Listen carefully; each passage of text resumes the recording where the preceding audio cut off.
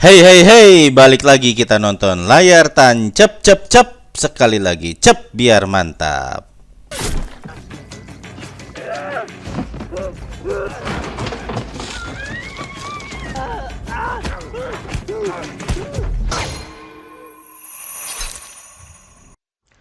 Kisah dimulai ketika seorang ayah dari dua anak yang memiliki keluarga bahagia bangun di pagi hari dan melakukan rutinitasnya di rumahnya di pinggiran desa.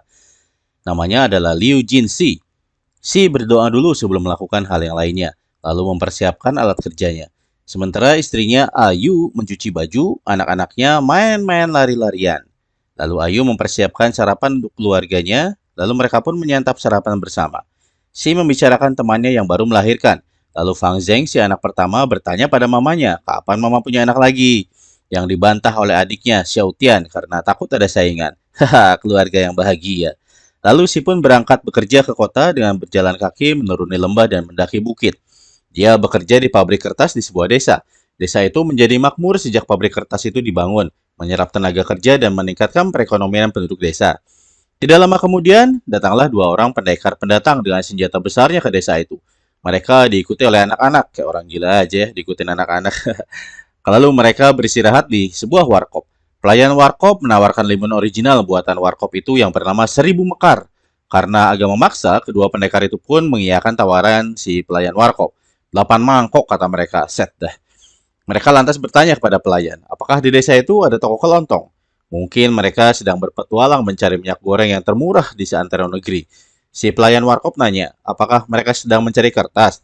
Oh, enggak. Kami lagi cari uang, kata para pendekar itu. Ternyata mereka mau merampok toko itu.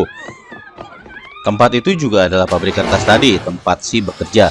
Para pendekar perampok itu menutup pintu dan jendela, lalu mulai memaksa pemilik toko kelontong menyerahkan uangnya. Tentu saja pemilik toko kelontong itu tidak begitu saja menyerahkan uang hasil jerih payahnya, meskipun kepalanya sudah diinjak-injak di lantai oleh si perampok. Melihat perampokan itu, si yang tidak bisa kungfu memberanikan diri untuk membantu. Dia memeluk salah seorang perampok sambil dipukuli punggungnya oleh si perampok.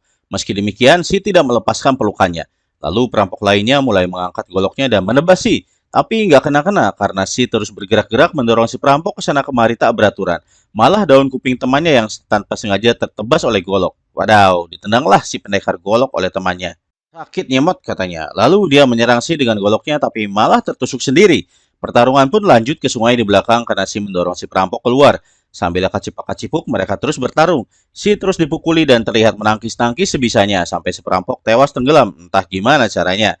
Si pun ditolong oleh anaknya di pinggir sungai. Datanglah polisi ke desa itu untuk menyelidiki kejadian sebenarnya. Mayat korban yang udah dilalerin itu pun ditoyor-toyor atas nama otopsi. Si pun nonton di pinggir jalan sama anak bungsunya, Tian.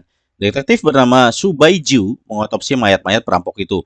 Lalu Jiu lapor pada bosnya yang lagi nongkrong di warkop. Ternyata perampok itu adalah salah satu buronan kelas kakap yang bernama Yan Dongsheng, otak dari beberapa kejadian kriminal akhir-akhir ini.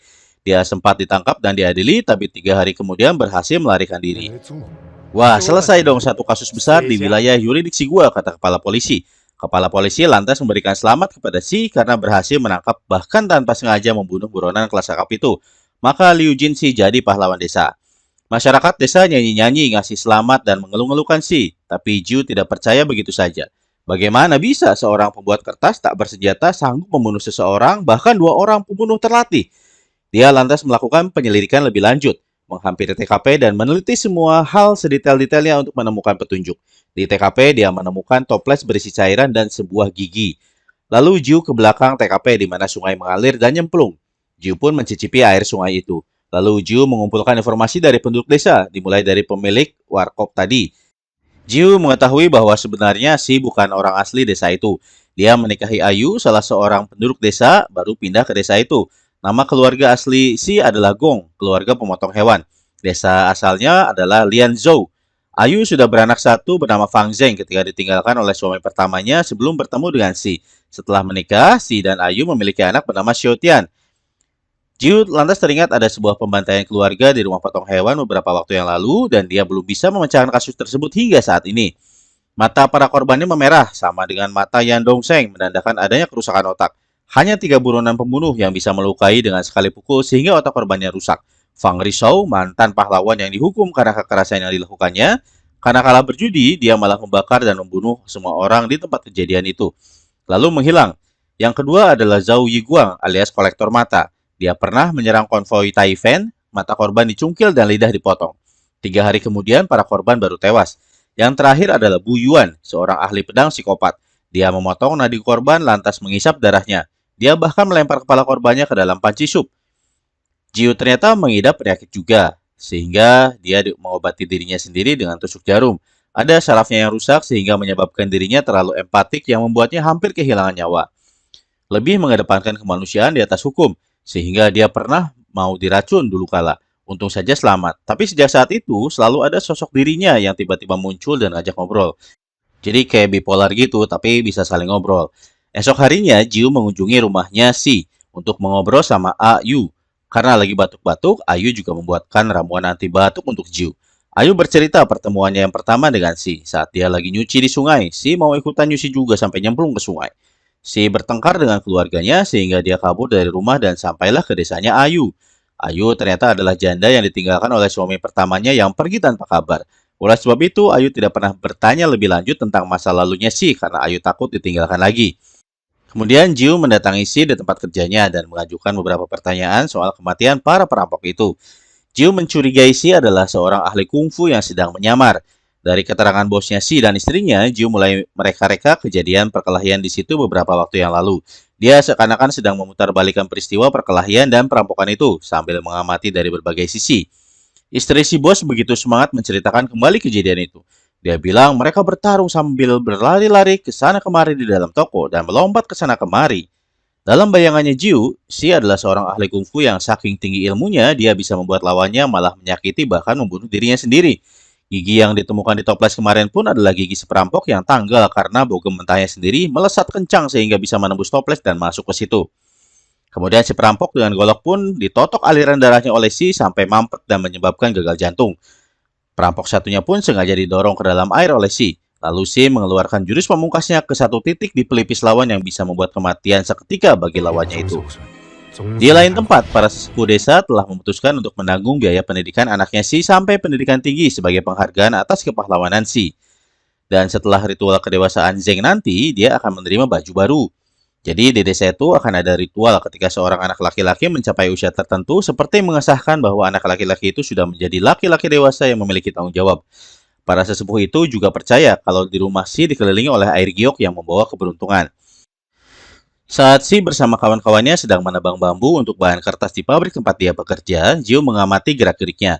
Dia mencari tanda-tanda pendekar, sampai nafasnya Si saat memanggul bambu-bambu itu pun tidak luput dari pengamatan Jiu. Untuk membuktikan kecurigaannya, Jiu mengetes Si saat mengangkut beberapa batang bambu dan mendorong Si dari jembatan. Namun Si nyangkut di pohon, dan tidak lama kemudian pohon tersebut patah dan jatuhlah Si ke sungai berarus deras di bawahnya. Dalam bayangan atau teorinya Jiu, tidak mungkin ranting pohon yang kecil itu bisa menahan berat tubuhnya Si, kalau Si tidak punya ilmu meringankan tubuh. Dan akhirnya ketika dahan itu pun patah, Jiu berteori Si sengaja mematahkannya untuk menghilangkan kecurigaan. Teman-temannya Si pun menolong dan mengangkat Si yang sudah basah kuyup dari sungai itu. Lalu Jiu berbincang empat mata dengan Si, dan Si mengatakan kalau semua ini takdir. Kalau Si nggak bertemu Ayu dulu, dia nggak akan menetap di desa itu dan kedua perampok itu pun akan masih hidup sekarang. Lantas Jiu pun nggak akan datang ketemu dengan Si. Jiu pun hanya tersenyum. Jiu lantas meminta rekannya untuk pergi ke desa Lianzhou, desa asalnya Si, untuk menggali informasi. Hati-hati, kata rekannya, kamu kan nggak bisa berkelahi dan nggak bisa kungfu. Kalau kamu terlalu menekannya dan ternyata benar Si adalah seorang ahli kungfu, maka nyawa Jiu pun jadi taruhannya. Jiu mengunjungi rumah Si lagi malam harinya dan makan malam bersama. Mereka pun ngobrol soal kampung halaman dan apakah masing-masing pernah merasa kangen untuk kembali atau tidak. Tapi Si tidak menjawab dan mencoba mengalihkan pembicaraan. Jiu melanjutkan, aneh sekali ya ada rumah yang tidak memiliki kuda seperti keluarga Si ini. Lalu Si jawab, dulu dia punya kuda kesayangan, tapi dibunuh oleh ayahnya dan Si dipaksa memakan dagingnya. Lalu ayahnya bilang seorang laki-laki tidak akan pernah bisa melakukan apapun sampai dia bisa memakan daging kudanya sendiri. Sehingga dia trauma sampai sekarang. Jiu pun sampai nginep di situ dengan harapan bisa mendapatkan informasi untuk membuktikan kecurigaannya pada Si. Bahkan ketika Si tidur, Jiu tetap mengamati. Ngeri juga ya ada tamu kayak gini. Jiu merasakan udara di sekitar tubuhnya Si menjadi dingin. Si pun bangun karena kesal diamati oleh Jiu. Esok harinya, ritual kedewasaan Zeng pun dimulai. Lalu sambil ngeteh, Jiu menyampaikan pada Si kalau dia heran kenapa Si mengubah namanya dan pergi dari desa asalnya. Si bilang dia perlu perubahan, namun Jiu terus mendesak.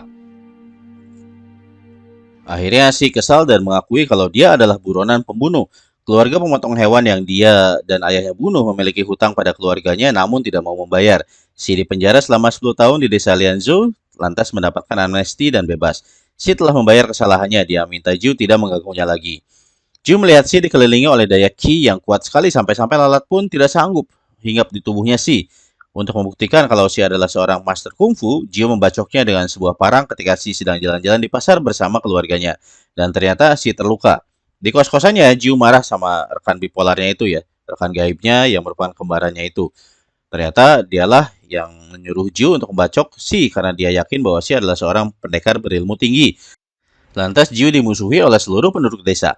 Tiap ketemu dengan penduduk desa, Jiu dinyanyiin, yang isi lagunya nyindir-nyindir dan ngusir Jiu. Mungkin ini namanya desa penyanyi ya, sampai anak-anak pun mengusirnya dengan nyanyian. Rekan Jiu telah kembali dari desa Lianzhou dan mengkonfirmasi pengakuan Si tentang pembantaian keluarga pemotong hewan di desa Lianzhou. Tapi Si lantas menghilang dan tidak pernah dipenjara dan dia bukan anak seorang pemotong hewan. Saat itu daging korban dibagikan kepada penduduk desa yang tidak curiga sebagai hidangan. Pembantai itu adalah 72 iblis, kaum Tangut yang tersisa, dan selamat dari pembantaian 800.000 kaum Tangut lainnya. Orang-orang yang tersisa itu menjadi beringas. Mereka memakan daging mentah korban-korbannya. Setelah pembantaian itu, Tang Long, komandan kedua, menghilang. Jiu menyimpulkan bahwa Si adalah Tang Long, komandan kedua dari kelompok 72 iblis yang beringas itu. Jiu lantas berangkat ke ibu kota untuk meminta surat penangkapan Tang Long. Tapi di tengah jalan, dalam guguran hujan deras, dia bertemu dengan Si yang tersenyum lebar dan bertanya, "Mau kemana lu, Tong?" Tentu saja Jiu gelagapan. Lalu Si mengajak Jiu berteduh di pos hansip dan mereka pun ngobrol-ngobrol. Jiu bilang, "Wah, kamu cepat sekali pulih ya dari luka bacokanku kemarin." Si hanya tersenyum. Setelah tahu Jiu mau ke ibu kota, Si lantas menunjukkan jalan pintas pada Jiu. Kalau nggak lewat situ, Jiu akan sampai ke ibu kota malam banget. Nggak banyak yang tahu jalan ini, sehingga suasananya pun memang sepi dan mencekam. Jiu deg-degan dan berpikir kalau Si akan menghabisinya. Si bisa merasakan ketidaktenangan Jiu itu dan nanya, "Kenapa kamu nggak percaya sama aku?" katanya. Sampai di suatu titik, Si yang berjalan di depan berhenti lalu membalikan badannya dan mendekati Jiu. Jiu pun makin deg-degan bukan kepalang. Tapi Si malah memeluknya dan mengucapkan selamat jalan pada Jiu. "Titi DJ," kata Si pada Jiu. Lalu Jiu pun ngebut pergi dari situ menuju arah yang ditunjukkan oleh Si dan Jiu dibiarkan hidup. Sesampainya di ibu kota, ternyata sang hakim harus disuap sangat mahal untuk bisa mengeluarkan surat penangkapan. Jiu tidak memiliki uang sebanyak itu. Dia akhirnya menemui mantan istrinya yang kaya raya untuk meminjam uang. Ternyata Jiu pernah menangkap ayah mertuanya sendiri yang menjual obat palsu. Ayah mertuanya itu lantas bunuh diri. Jiu ini memang orang yang sangat idealis. Istrinya masih belum bisa memaafkan Jiu tapi mau memberikan uang yang dibutuhkan oleh Jiu. Lalu Jiu pun menerima surat penangkapan Tang Long. Namun ternyata sang hakim yang serakah itu lantas melaporkan pada pimpinan 72 iblis tentang posisi Tang Long dan mengharapkan imbalan. Dan juga memberitahu informasi tentang keluarganya Si, bahwa Si punya 2 orang anak. Lalu si pimpinan 72 iblis itu bilang pada hakim, "Kamu tahu hubungan kami dengan Tang Long, tapi tetap memberitahu posisinya Tang Long sehingga kami tahu dan akan membunuhnya. Apakah kamu akan menyebabkan pertempuran antara anggota keluarga?" Lalu imbalannya pun adalah maut. Si bos 72 iblis itu memukul pelipis si hakim yang lalu mati seketika dengan mata memerah. Jurus yang sama yang dipergunakan oleh Si untuk membunuh perampok di desanya tempo hari. Ya, ternyata Si adalah Tang Long yang merupakan anak dari bos 72 iblis itu, Mamam. Si bos lantas mengutus jagoannya untuk membawa Tang Long kembali, meskipun dia bilang bahwa dia sendirilah yang akan menghabisi Tang Long karena tidak ada satupun selain dirinya yang dapat mengalahkan Tang Long. Sementara Jiu masih dalam perjalanan menuju desanya Si untuk menangkapnya, pasukan 72 iblis sudah tiba duluan dan membakar desa itu. Saat itu sedang ada acara penobatan Si sebagai pahlawan desa oleh para sesepuh. Tiba-tiba dari atas genteng muncul emak-emak jago kungfu dan loncat ke tengah-tengah acara itu. Si emak lantas menampar dan memukuli Si sampai berdarah sambil bertanya, "Siapa kamu? Ayo ngaku!" Dan marah-marah sama penduduk desa sambil teriak-teriak bahwa ini adalah masalah keluarga, jangan ikut campur. Awalnya Tang Long tidak mengaku, tapi karena penduduk desa sudah jadi korban ditusuk oleh si emak, terpaksa dia membuka jati dirinya. Dia melemparkan bangku pada si emak lalu pasang kuda-kuda dan menyerang si emak dengan tendangan kerasnya. Si emak bisa menahan tendangan itu meskipun tangannya senut-senut. Semua orang kaget, termasuk Ayu dan anak-anaknya. "Wah, bapak ternyata jago kungfu," pikir anak-anaknya kegirangan. Si pun diserang habis-habisan oleh 2 orang jago kungfu bersenjata tajam. Namun kelasnya Si masih di atas mereka. Si melancarkan serangan pukulan beruntun sampai salah seorang jagoan itu tumbang. Ayu hanya bisa melongo. Penduduk desa pun membubarkan diri dan menyelamatkan diri masing-masing. Si lalu naik genteng dan menjauh dari keluarganya. Si Ima terus mengejar. Mereka pun terjerembab ke dalam kandang kebo dan bertarung. Jurus pisau tanpa bayangan si Ima bisa ditandingi oleh jurus pukulan tanpa bayangan si. Sampai akhirnya si hampir mencolok matanya si Ima. Namun lantas kerbau-kerbau di situ yang merasa terganggu atas kehadiran mereka mulai ngamuk-ngamuk dan si Ima pun terinjak-injak. Si Ima yang sudah terluka hampir jatuh ke dalam jurang kalau tidak dipegangi oleh si, tapi akhirnya dilepaskan juga oleh si. Tewaslah para utusan bos 72 iblis itu. Malamnya si ngaku sama Ayu kalau dia bukanlah si, tapi Tanglong. Ayu ngambek-ngambek, bisa-bisanya Kang katanya. Si tahu gerombolan 72 iblis akan datang lagi dengan jumlah yang lebih banyak sehingga mengancam keselamatan penduduk desa. Para penduduk desa pun diungsikan demi keselamatan mereka dari pembantaian kelompok 72 iblis yang sudah pasti akan segera tiba. Tanglong meninggalkan 72 iblis itu karena dia tidak tahan dengan kekerasan demi kekerasan yang mereka lakukan tanpa memandang bulu. Wanita dan anak-anak pun dibantai tanpa ampun. Hati nuraninya tersentuh. Wah, gak bener nih, pikir Tanglong. Sesampainya di desa, Ju terkejut karena banyaknya mayat bergelimpangan. Mayat penduduk desa dan juga mayat dari gerombolan 72 iblis.